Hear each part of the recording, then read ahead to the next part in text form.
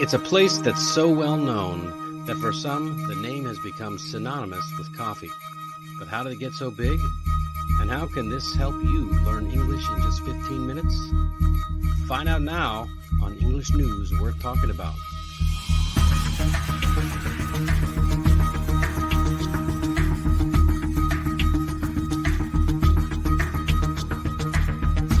Hey, I'm Dennis Wilborn, the former sailor turned entrepreneur and English coach. Welcome to the third installment of English News Worth Talking About on All About English.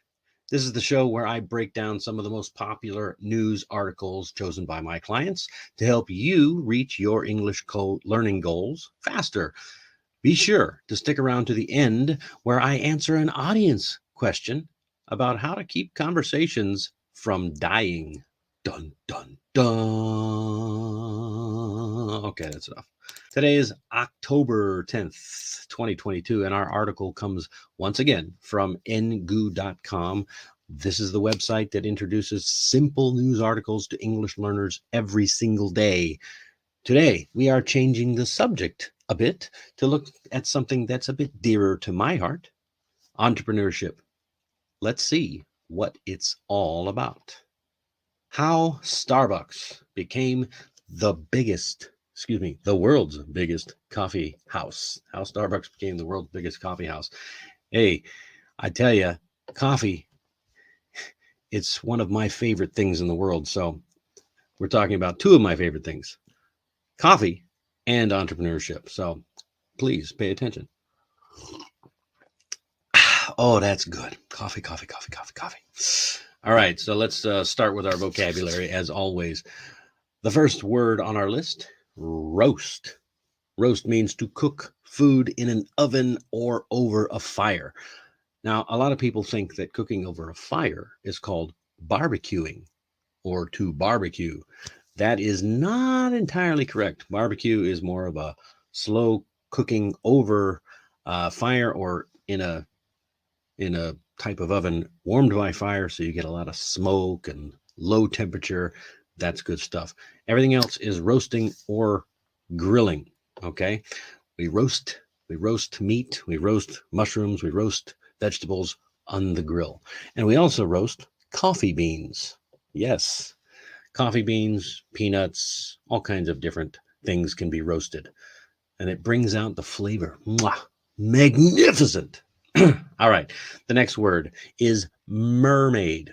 Mermaid. Now, a fictional creature called a mermaid it's a creature with a woman's body and a fish's tail. Everybody knows what a mermaid is. They just made a new movie, Disney did, with a mermaid. Little bit of controversy about that. I'm not going to talk about that today. You can look it up for yourself. So, interesting little tidbit is that the article calls the character on the logo a mermaid, but it's not a mermaid. According to Starbucks themselves, it's not a mermaid. Leave a comment if you know the answer. If not, wait to the end of the article and I'll tell you what we're talking about. Mermaid. My daughter wants to be a mermaid for her birthday, or she wants a mermaid doll for her birthday. Yes, mermaids. They're very popular. The mythology behind mermaids. As a sailor myself, I know a little bit about mermaids. Mermaids were always, if you saw a mermaid as a sailor, that meant bad omens. It was a bad thing going to happen to your ship. Maybe a shipwreck, maybe a storm. Something was always bad if you saw a mermaid. So, not too good unless you're a Disney princess. The next one, seafaring. Sticking with the theme here, seafaring. This means traveling regularly on the sea. Up until a few years ago, I had a seafaring career. I would have been called a seafaring person because my life was lived on the sea. But I'm not a merchant mariner. I'm not a sailor anymore. But I'm still one at heart. All right. The Vikings, of course, were also seafaring people, originally from Scandinavia. Next word, supply. Notice This is a verb called supply, not the same as the noun supply. Supply, it can be a verb, it can be a noun. When it's a verb, it means to provide a person, a business, some company, etc., with something that they need. Okay, our farm supplies fruit and vegetables to many local restaurants. Many businesses use what is called a supplier. Oh, that's a noun. A supplier supplies companies with the supplies that they need. There's the supply noun as well, to do their business supplies. Supply. Okay, sticking with the business terminology, investor. Investor, a person or organization that puts money into business, property, stocks, etc., in order to make more money. Key word is you're putting money in because you want to make more money.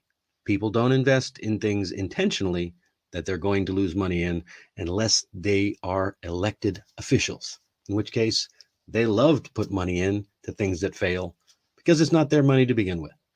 All right, investor. The sample sentence: we're still looking for an investor to help us launch our new business. All right. And let's wrap it up with chain. Now, this is not the chain that you link things together with, like last time we had the term link. Chain, in this case, we're not talking about a chain that holds things together. We're talking about a group of shops, restaurants, hotels, any kind of business that is owned by the same person or company. KFC, Kentucky Fried Chicken, is one of the world's most popular fast food chains. I don't know about that. They don't pay me any money, but I'm just reading the sentence on the article. Maybe they're getting kickbacks over there at Ingu. All right, let's get into the article. Remember what I said. At the beginning of every article is where the main theme of the article is going to be. So, what is this article about? How Starbucks became the world's biggest coffee house. There's your prediction right there. This article is going to hopefully tell us how Starbucks became the world's biggest coffee house. Is it the world's biggest? I think so. You can check it yourself. Google, DuckDuckGo, any of those search engines will do. And then, of course, the first paragraph: coffee has become an important part of American culture. I think it's important in most of the world too. And many people go to Starbucks for their daily cup. It is so popular that some cities even have Starbucks stores across the street from each other. Have you ever seen that? I've seen that. I don't know. Why don't you? I mean, it seems kind of ridiculous that there will be two Starbucks stores across the street, but it is true. I've seen it. Let me know if you've seen it. Comments down below. I appreciate it. All right. Now, in the late 20th century, America, now this is interesting. In the late 20th century, many Americans were drinking instant coffee. Now, I was born and raised in the late 20th century. I sound really old there. But I only remember a few Americans that I know of drinking instant coffee. We had a coffee maker in my house, and we used grounds, coffee grounds. And later we used bought beans and ground them ourselves. But anyway, so these three guys, Gerald Baldwin, Zev Siegel, and Gordon Bowker, they all were going to school together. They were from Seattle. They went to school in San Francisco. And I believe it was Baldwin went to Italy, and he discovered that they really like coffee in Italy. And they had this great culture surrounding Italian coffee and drinking coffee and whatnot. And he loved it so much. He loved the coffee, the flavors and everything. He decided he wanted to bring that back to the States. So he came back, he told his buddies about it, and they said, wow, yeah, let's start a business. Yeah. Because, who wouldn't want to do that? That's what entrepreneurship is all about. You find something that is needed, you find a need, and you try to fill the need. And at the time, Americans were drinking garbage coffee. They really were. So these guys went above and beyond. They learned from a guy named Alfred Peet, a Dutchman named Alfred Peet. Now, there is some story that calls Peet the Dutchman who taught America how to drink coffee. I'm not sure if that's true, but I believe that's one of his many nicknames. Now, Pete had a coffee shop, a small place down in Berkeley, also known as Berkeley, California.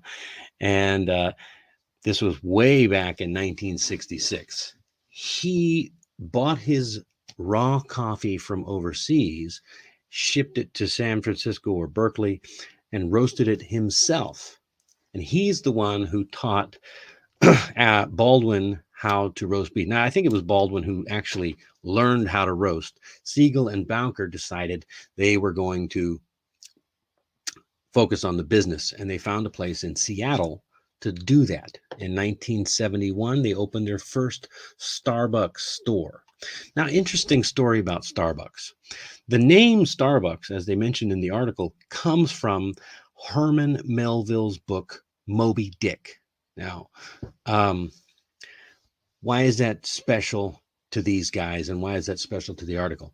Apparently, Siegel and Bowker had tried to start another business, and they called it Pequod, which is the name of the ship from Moby Dick. That business went bust. I don't even remember what it was, but they were in the process of doing research for Starbucks. Remember, this is back before the internet, so they had to do things by hand with books and whatnot. They read an article in a newspaper. This is the importance of reading articles now. That said that companies with the names that start with S and T have more of an impact. And so they were going to name it something else. I don't remember. But they settled on Starbuck, who was the chief officer on the ship Pequod in the book Moby Dick. Great story. Actually, it's a really long story, but exciting adventure based on a true story. And so anyway, so that came from the book Moby Dick. And the mermaid logo refers to the seafaring tradition. See, the seafaring tradition of early coffee traders. Now, coffee and Seattle is a port town, and it just makes sense that they would be looking around at their surroundings and use that to their advantage. So they stuck with the seafaring theme. If you want to know, I'll give you the answer right now. The mermaid logo is not actually a mermaid. It is a siren. A siren. That is another mythological creature from the seafaring tradition. Sirens are really scary compared to mermaids. They don't just tell you when bad things are going to happen. If you hear a siren, the siren song is so alluring, they would sit on rocks and allure sailors. They would lure sailors to their death with their sweet songs. They would jump over the ship, or they would crash their ships into the rocks. Really scary stuff. So they wanted their coffee to be so alluring that people couldn't say no. So what happened was, these three guys originally only sold coffee. They sold coffee and coffee equipment in their store in Seattle, Washington. The coffee beans, the raw beans, were supplied by Pete, and the coffee equipment was supplied by another company. They went on to do this for several years, and then in 1988, Siegel left to go do whatever he did. And in 1982, a guy named Howard Schultz shows up. Now, he was a supplier. There's a word, supplier. He was a supplier, and he supplied Starbucks with the things that they needed. He was attracted to the company because he noticed that they were buying more coffee makers than anyone else. Go figure. At the time, they didn't sell coffee to drink in their stores except to use as samples. They would give away free samples of their coffee. Later on, so this guy Schultz joins the company in 1982. A year later, he goes to Milan for a coffee show or coffee conference, and he discovers just how great the experience of coffee houses was in Italy, in Milan. And if you ever want to know why all the funny names of coffee, they don't just call it a large or a medium In Starbucks, they call it like venti and grande and all that. They're called lattes and cappuccinos. Why not just give me a cup of coffee? I always said. Well, now you know. The inspiration comes from Italy and the Italian drinking culture, where they would sit around and drink coffee and talk about politics and the news. A lot like we're doing here. Now, what happened? He goes to Europe, Milan, and he comes back and says, guys, we gotta bring this stuff to America. This is the good stuff. Bring this coffee drink in here." But Baldwin and Bowker, they weren't convinced, so they said, "Nah, we're not gonna do it." Schultz, he takes a hike. He starts his own coffee house called Il Giornale. Again, sticking with the Italian theme, Il Giornale means in Italian the newspaper. Oh, hey, look at that. We're sticking with the news theme. All right. Well, he was a really big hit with the news, with Il Giornale, and he bought a bunch of stores. And then in 1987, he bought Starbucks because he finally had enough money and he had enough investors to buy it outright from Baldwin and Bowker. Right away, he turned his Il Giornale stores into Starbucks stores. And within 4 years, 1987 to 1991, there were over 100 Starbucks houses, coffee houses in the US. And then in 1996, because Japanese people had been so busy visiting the US in the 90s, the 80s and 90s, they already understood what Starbucks was. So they opened a new store in Tokyo in 1996, and they started expanding rapidly from there. These days, according to their website, there is over 32,000 stores in 80 different countries, making it the largest coffee house chain in the world. Can you believe it? So there we go. The history of Starbucks and how they became the biggest in the world. All right. All this talk about coffee. This is good stuff. If you want to know more about Starbucks and you want to know more about business, comment down below. Let me know. Hey, I want to know more, because there is more to the Starbucks story. Believe you me. All right, we're moving right along into an audience question. The audience question today, I'm not going to share her name because she asked to remain anonymous. So let's get into our tips. We have a question from the audience. Yes, she says, "Hi, Dennis. One of our clients visits today, and he asked us, how does the cooperation between their sourcing assistant?" Now, I think what she meant was, how goes the cooperation between us, meaning her, and their sourcing assistant? She says, "I answered that it was pretty good. It's pretty good, but it seems that I ended the conversation." Sad face, sad face. How to keep the conversation flowing in this occasion? Sad face, sad face. Listen, I am so glad that you asked. So, how do you keep a conversation going when it looks like it's all going downhill? Well, my personal rule of thumb for keeping a conversation going, it's called something that I call the triple A rule. The triple A rule. What's the triple A rule? Well, let's run through it. Number one, answer the question. Seems simple, right? Answer the question. A starts with A. Okay. Okay. It doesn't matter what the question is. The first thing you do is answer the question. Don't beat around the bush. Don't answer another question. If someone says, "Hey man, how are you doing?" Say, "I'm great. I'm wonderful. I'm kind of hungry. I'm sleepy." Whatever it may be honest and answer the question. And try to avoid using the adjective fine. It's such an overused adjective. Find anything besides fine. All right. That's just a personal pet peeve of mine. It's not that important, but it is kind of. Save fine for when you're talking about cheese or wine. All right. Number 2, add more information. The one thing we all need more of is more information. So if you're answering questions in a conversation, you answer the question and you add more information. So if you're great, explain why you're great. Hey, I'm great.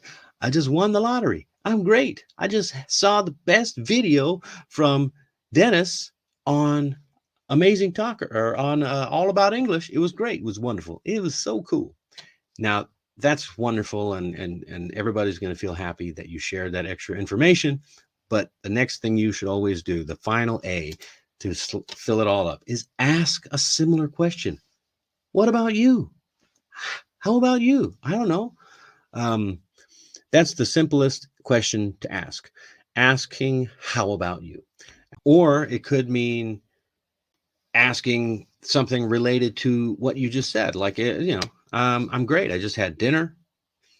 And then ask, what'd you have for dinner? Did you have dinner yet? Something along those lines. Anyway, okay. Now, here is the most important part about that tip, okay? You can follow all of those steps, but really the most important thing to remember is, even though you can keep a conversation going by asking and answering, by answering more and giving more information and asking questions, you just keep that rotation going. But one of the most important things to remember is you've got to ask the right questions, because not all conversations and not all questions are equal, okay? What you want to do is avoid yes or no questions at all costs. They will murder a conversation faster than Jack the Ripper in a London fog. Trust me, the best questions are open-ended questions. That means that they require the answerer to give more information, so that you're immediately asking for a question that requires them to answer and add more information all at once. And open-ended questions, instead of saying, did you have dinner? You could say, what did you have for dinner? Or how was your dinner? So those are open-ended questions. They require longer answers than just yes or no.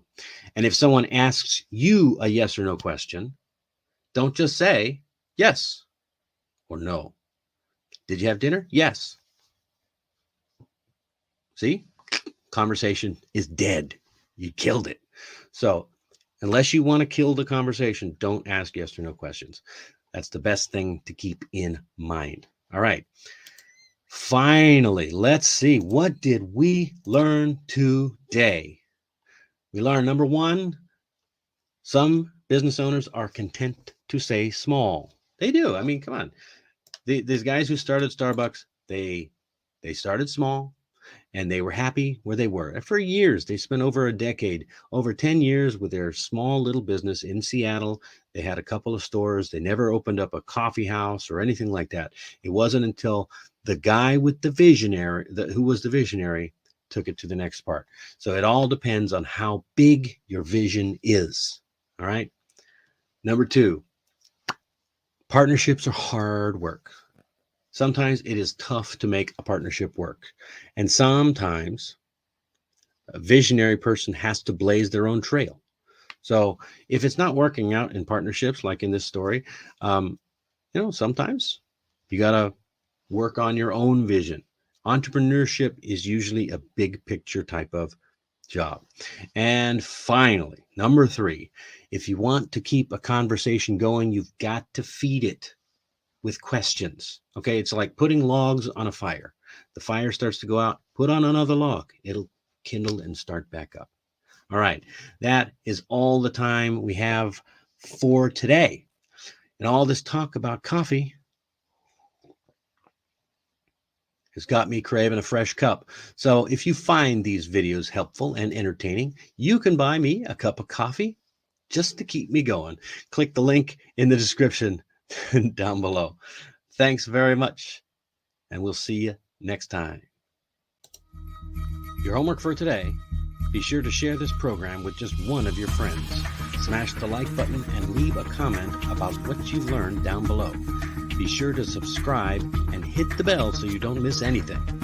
And if you'd like to join the conversation yourself in a one-on-one or even a group class, check out my page on Amazing Talker. You might find me doing a video about an article you chose as well. And always remember, learning is meant to be an adventure. That's what it's all about.